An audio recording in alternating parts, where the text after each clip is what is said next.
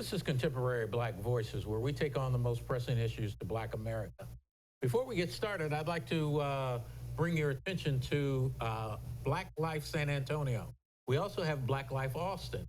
Please look for this newspaper in your local HEB and pick up a copy. If you can't find a copy in your local HEB, then please contact us and we'll get you, or try to get you on the subscription so that you can get this in your mail every week. This is a weekly paper and it is great. It's got some great articles, and I think Mr. Caleb has also written some articles in here, as well as yours truly.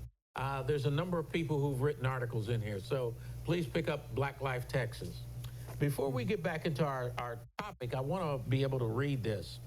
The Republican goal is to establish white supremacy in every state within the limits imposed by the federal Constitution. I think that's really a terrible statement that these Republicans are really still trying to invoke slavery, basically, and white supremacy. That's what this MAGA group is doing. That's what these voter suppression laws are meant to do. We thought that it was going to be changed in 1965 when we got the Voting Rights Act, and then in 2013, we've got this Shelby versus Holder, and they've kind of reversed that, and we seem to be going backward. So, you know, the one thing I really wanted to ask you about, Caleb, is that you brought up the issue about the guns. How does the guns and voter suppression and Republicans and all of that, how do you see all of that fitting in together? Great question. So, I mean, it's just,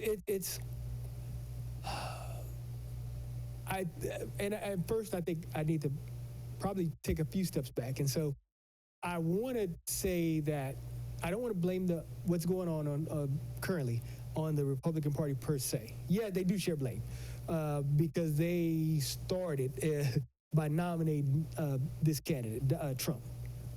The Republican Party is dead. It's gone. It's disintegrated. It's the MAGA party now. MAGA. Yeah, it's something called MAGA.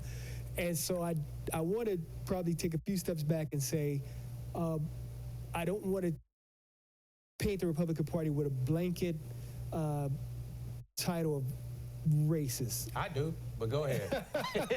Now, I want to say you're MAGA people. MAGA, yeah. Okay. The Republican Party as a whole. Okay, I got you. I just don't want to paint them with that. I got blanket, you. Okay. You know wifey's a Republican. Okay. You know who I'm talking about. Yeah. Right? Okay. Yeah. So, Condi. So, but anyway.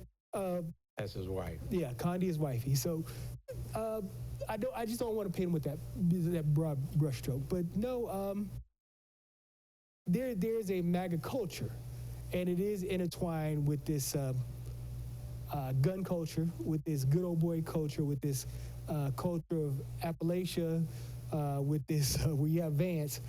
It's an anti-intellectual party, and so you just have this this combination of persona. And so I think again with MAGA you have it's a cult of identity, and you have Trump who is giving these people permission to voice themselves in ways that were previously deemed unacceptable. Okay. Right?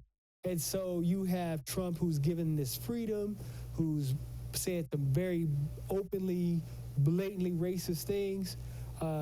He's called black country shithole countries. He's told the police to bang people's head against the car. He's used the N-word. He's called white supremacists like neo-Nazis. He's called them very good people. I mean, the list goes on and on and on and on. Of all, he's called Mexicans drug dealers and rapists. Just again, it's a vast list of all the things he said. But you have these people, right, who, I mean, now they can come out of the closet. They can be openly racist, and so they're diehard MAGA fans. Well, let me ask you this question. Let's go back to our previous conversation where we were talking about the old lady that's standing in the line. Okay. And do you think that these monitors, the people that they are wanting to be monitors, that they can be there standing there with their AR-15s?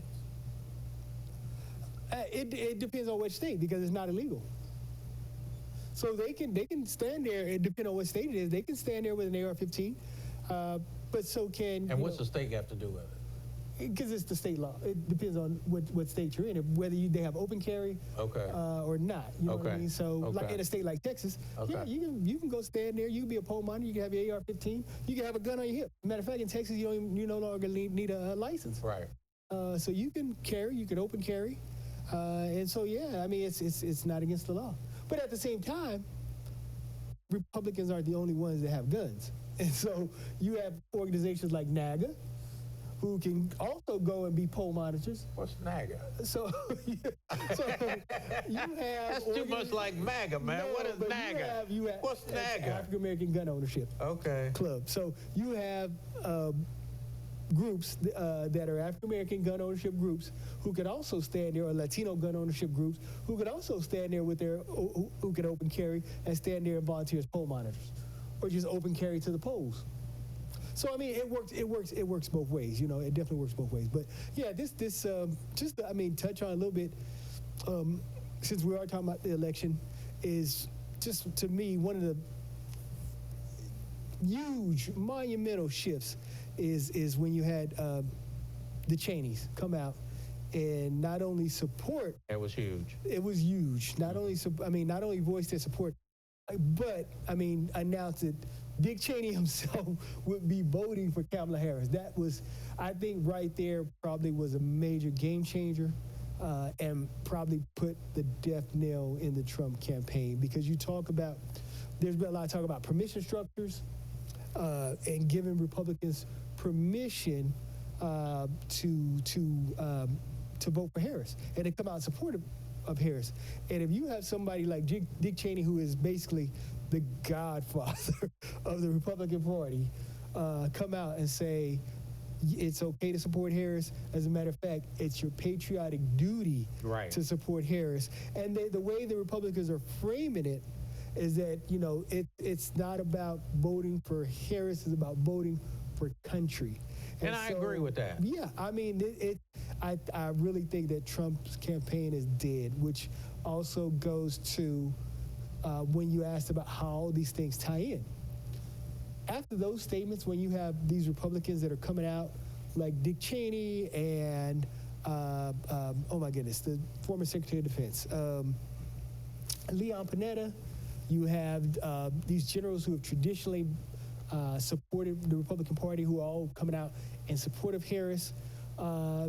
It's a game changer. And so the people who are still, despite this permission structure that's saying, hey, voting for Harris is a vote for this country. Right. The people who are still diehard MAGA, the people who are still diehard MAGA. They're maggots too. I mean, it's about racism. They're still, I mean, if you are still. It took you a long time to be able to get that. But just say it's about racism. At this point, if you have Dick Cheney saying, vote for Harris, and you are still supporting Donald Trump. His statement was so strong that he said that it is your duty as a Republican. This is not a vote about whether it's Harris or Trump. It's about the future of America. Right. Do you want the future of America to go there? And he also stated that Trump was so vile that he could not be trusted with the power that's given to the president anymore. I thought that was very, very strong. It was very strong. It was a powerful statement from, like I say, basically who the godfather of the Republican Party. You can't get more Republican than the Cheney family, Dick Cheney, you know what I mean? And so the people who are still holding out after that statement, or we know why they're holding out. Well, we need to take one more break, and we'll be right back with you, and we'll continue this conversation. We'll be right back.